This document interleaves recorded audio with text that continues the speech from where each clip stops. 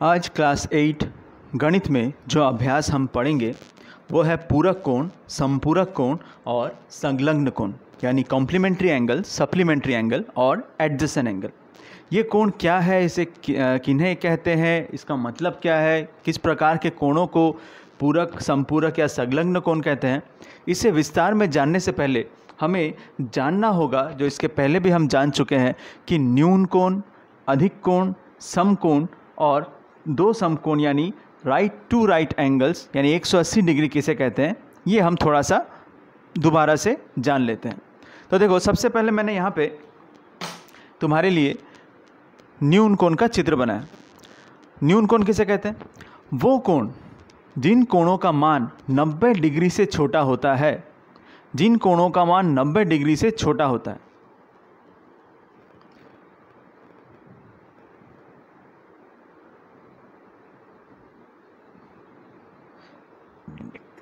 तो इन कोणों को हम लोग पहले एक बार दोबारा से देख लेते हैं या दोबारा से इसको थोड़ा सा याद कर लेते हैं। तो देखो, सबसे पहले इस चित्र पर ध्यान दो, समकोण। ये चित्र अगर तुमने बनाना सीखा है, अगर ये चित्र तुमने ज़रूर बनाया होगा, किसकी मदद से?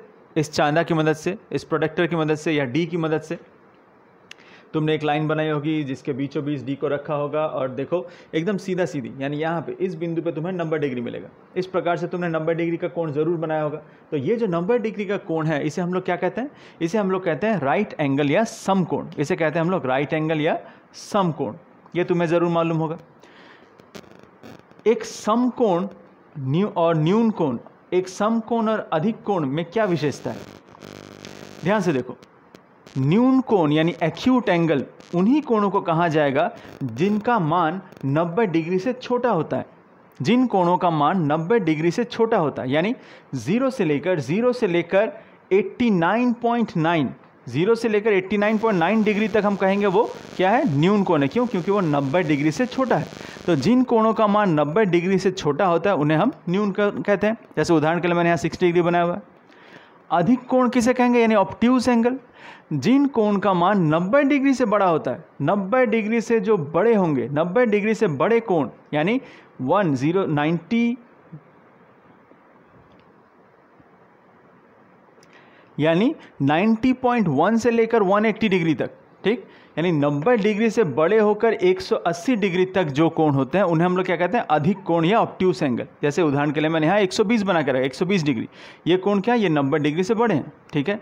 और यहाँ देखो कि मैंने दो समकोण यानी 180 डिग्री, 180 डिग्री को दो समकोण क्यों लिखे हैं? क्योंकि हमें मालूम है एक समकोण का मतलब 90 डिग्री, तो दो समकोण क्या होगा? 90 + 90 यानी 180 डिग्री। तो ये रहा 180 डिग्री का कोण। यानी इस चित्र को अगर ध्यान से देखो तो तुम्हें दिखेगा, किसी भी सरल रेखा, कोई भी अगर स्ट्रेट लाइन हम बनाएं, कोई भी स्ट्रेट लाइन बनाओ, कोई भी स्ट्रेट लाइन पे जो कोण बनता है सरल रेखा यानी सीधी रेखा पे, वो हमेशा 180 डिग्री का ही बनता है। अब समकोण और दो समकोण यानी 90 डिग्री और दो समकोण यानी 180 डिग्री, इन कोणों को ध्यान में रख के न्यून कोण और अधिक कोण का मतलब समझ के ही हम पूरक कोण, समपूरक कोण और संलग्न कोण क्या है ये सीखेंगे। तो सबसे पहले हम देखते हैं कि पूरक कोण किसे कहते हैं। पूरक कोण, जैसे इंग्लिश में हम लोग कहते हैं कॉम्प्ली एंगल्स। कॉम्प्लीमेंट्री एंगल्स किसे कहते हैं हम लोग जानते हैं, या पूरक कोण किसे कहते हैं सीखते हैं। ध्यान से देखो, वो कोण जिनका योगफल, ठीक, ऐसे दो कोण, कोई भी दो कोण सोचो, जैसे मान लेते हैं एक कोण हम लेते हैं एंगल ए और एक कोण लेते हैं एंगल बी, ठीक। तो कोई भी दो कोण, इनको हम लोग पूरक कोण कब कहेंगे? अगर इनका योगफल, इन दोनों कोणों का योगफल अगर 90 डिग्री होता है तो भी हम कह सकते हैं कि एंगल ए और एंगल बी ये दोनों एक दूसरे के पूरक है, यानी एक दूसरे के पूरक कोण है। क्लियर हुआ? जैसे उदाहरण के लिए अगर मैं कहता हूं एंगल ए का मान अगर 30 डिग्री होगा तो एंगल बी का मान 60 डिग्री होने पर ही है, देखो 30 + 60 डिग्री होने पर ही ये 90 डिग्री के बराबर होता है, ठीक है। यानी एंगल ए का मान अगर 30 डिग्री है तो एंगल बी का मान 60 डिग्री होना ही होगा, तभी जाके इन दोनों का योगफल 90 डिग्री हो सकता है।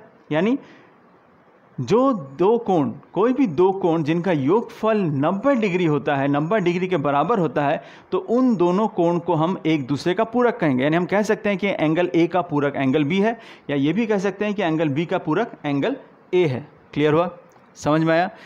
ये सवाल अगर घुमा के आता कि अगर ये सवाल में बोला होता कि मान लेते हैं एंगल एक्स और एंगल वाई, ये सवाल में पहले से ही बोल दिया कि ये दोनों एक दूसरे के पूरक हैं, और एंगल एक्स का मान दे दिया है मान लेते हैं 25 डिग्री, एंगल एक्स का मान दे दिया है 25 डिग्री, तुम्हें एंगल वाई का मान निकालना है, और सवाल में पहले से ही दिया है कि एंगल एक्स और एंगल वाई क्या है, एक दूसरे के पूरक है। तो अगर तुम्हें मालूम है ये दोनों एक दूसरे के पूरक कोण है, तो तुम्हें ये ज़रूर मालूम होगा कि ये दोनों पूरक सिर्फ तभी होंगे जब इनका योगफल 90 डिग्री का बराबर होगा। क्लियर हुआ? तो अगर angle X plus angle Y equal to 90 degree है, जिसमें से एंगल एक्स का मान 25 तुम्हें पहले से ही मालूम है, तो एंगल वाई का मान क्या होगा? ये 25 डिग्री जब उस तरफ जाएगा बराबर के इस तरफ, तो हो जाएगा 90 माइनस 25, और 90 माइनस 25 करेंगे तो कितना आएगा? देखो ये हो जाएगा तुम्हारा 65, यानी एंगल वाई का मान कितना निकला? 65 डिग्री। देखो 25 डिग्री और 65 डिग्री को ऐड करने से 90 डिग्री ही होगा। क्लियर हुआ? तो पूरक कोण किन्हें कहा जाता है, समझ गए? जिन दो कोणों का योगफल 90 डिग्री यानी 90 डिग्रीज के बराबर होता है, उन दोनों कोणों को एक दूसरे का पूरक या कॉम्प्लीमेंट्री एंगल्स कह सकते हैं। यानी हम कह सकते हैं कि एंगल ए एंगल बी का कॉम्प्लीमेंट्री है, या एंगल बी एंगल ए का कॉम्प्लीमेंट्री है। क्लियर हो गया, समझ गए? अब हम जानते हैं संपूरक कोण, या जिसे इंग्लिश में कहते हैं सप्लीमेंट्री एंगल्स। ठीक, तो इसके पहले जैसे हमने देखा था कि पूरक कोण किसे कहेंगे? जिन दो कोणों का योगफल 90 डिग्री होता है उन्हें पूरक कहते हैं। तो अब हम सीखते हैं संपूरक कोण या सप्लीमेंट्री एंगल किसे कहते हैं। तो ध्यान से देखो, कोई भी दो कोण मान लेते हैं, जैसे उदाहरण के लिए मान लेते हैं angle A plus angle B. कोई भी दो कोण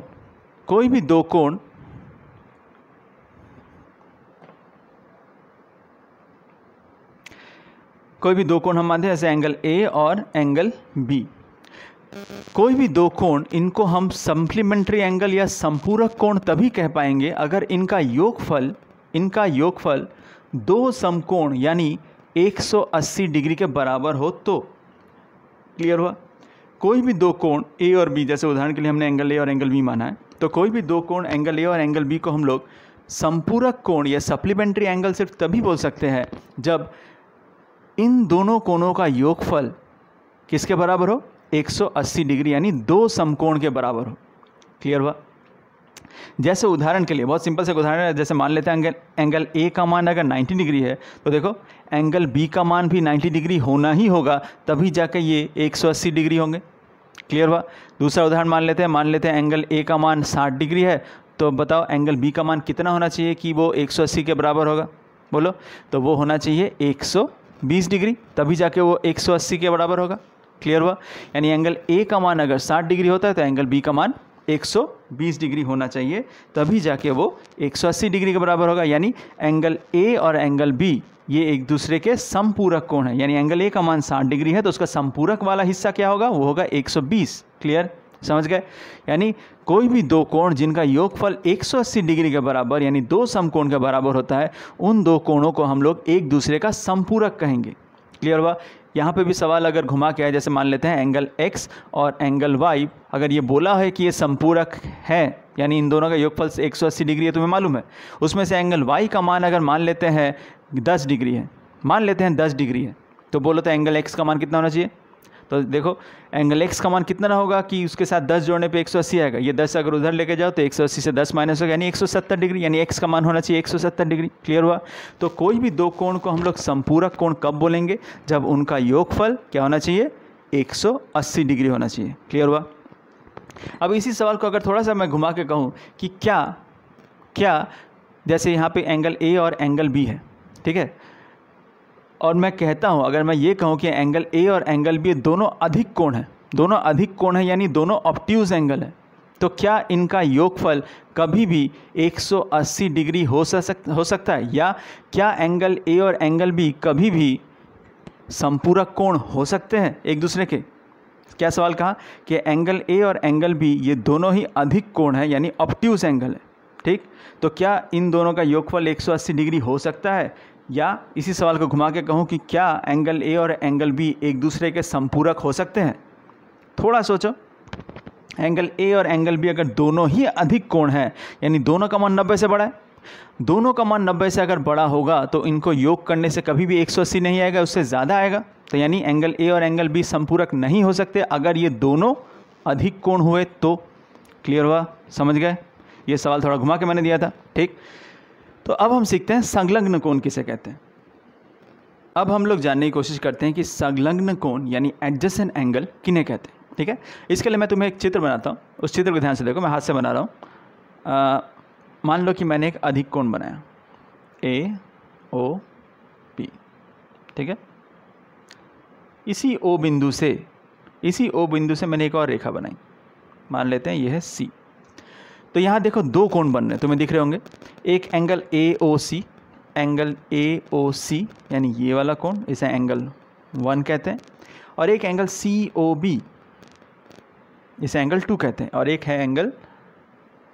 है एंगल सी ओ बी। ये दो कोण तुम्हें दिख रहे होंगे। अब इन दोनों कोणों में क्या तुम्हें कोई खास बात दिख रही है? क्या इन दोनों कोणों में ऐसा कुछ है जो कॉमन है, जो उभयनिष्ठ है? ध्यान से देखो, इन दोनों कोणों में बनाने में हमें कितनी भुजा लगी है, ध्यान से देखो। एंगल ए ओ सी, इसमें 2 भुजा लगी है, ओ ए और ओ सी, और एंगल सी ओ बी, यहाँ पर भी 2 भुजा लगी है, एंगल ओ सी और ओ बी। और अगर इस चित्र को ध्यान से देखें तो इन दोनों कोणों में यानी एंगल 1 और एंगल 2 में, ए ओ सी और सी ओ बी में, ये ओ सी वाली जो भुजा है, ये ओ सी वाली भुजा देखो कॉमन है, ठीक। ओ सी वाली भुजा क्या है? उभयनिष्ठ है या कॉमन है। तो ऐसे कोण, ऐसे कोई भी कोण जिसमें कोई भी एक भुजा, या इसका सिंपल भाषा में कहें यानी ऐसे कोई भी 2 कोण जिसमें एक भुजा उभयनिष्ठ यानी कॉमन हो, उसे हम क्या कहेंगे? इन दोनों कोणों को हम लोग तब कहेंगे कि ये दोनों कोण संलग्न कोण यानी एडजेसेंट, एक दूसरे के साथ है। कब? अगर इन दोनों कोणों में या कोई भी 2 कोणों में अगर कोई एक भुजा कॉमन हो, तब हम कह सकते हैं कि एंगल 1 और एंगल 2 संलग्न कोण है। क्लियर हुआ, समझ में आया? अब मान लेते हैं कुछ चित्र हम बनाते हैं, जैसे मान लेते हैं ये एंगल ए, ये एंगल ओ, ये एंगल बी, और एक एंगल हम ऐसे बनाते हैं जो यहाँ से शुरू हुआ, ठीक है। इसे एंगल 1 और इसे एंगल 2 कहते हैं। अब इस चित्र में क्या मैं ये कह सकता हूं कि एंगल 1 और एंगल 2 ये एक दूसरे के संलग्न कोण है? तो आंसर होना चाहिए क्या? नहीं। क्यों?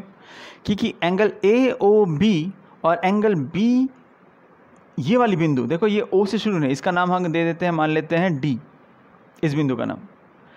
तो बी डी सी, ए ओ बी और बी डी सी में कोई भी कॉमन भुजा नहीं है। अब तुम कहोगे सर बी डी कॉमन है, तो हम नहीं कहेंगे क्या? नहीं। क्यों?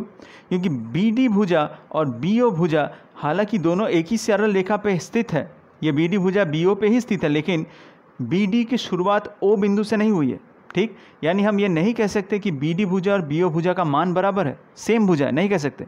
क्यों? तब इसका मतलब ये अलग भुजा है। तो ए ओ बी और बी ओ सी, इसमें ये बी डी या बी ओ ये कॉमन नहीं है, उभयनिष्ठ नहीं है, यानी हम एंगल 1 और एंगल 2 एक दूसरे के संलग्न कोण नहीं है। क्लियर हुआ? तो संलग्न कोण किसे कहेंगे? वो कोण जिनमें से ऐसे कोई भी कोण जिसमें कोई एक भुजा संलग्न हो यानी कॉमन हो, तभी हम कह सकते हैं उसे संलग्न कोण या एडजेसेंट एंगल। क्लियर हुआ?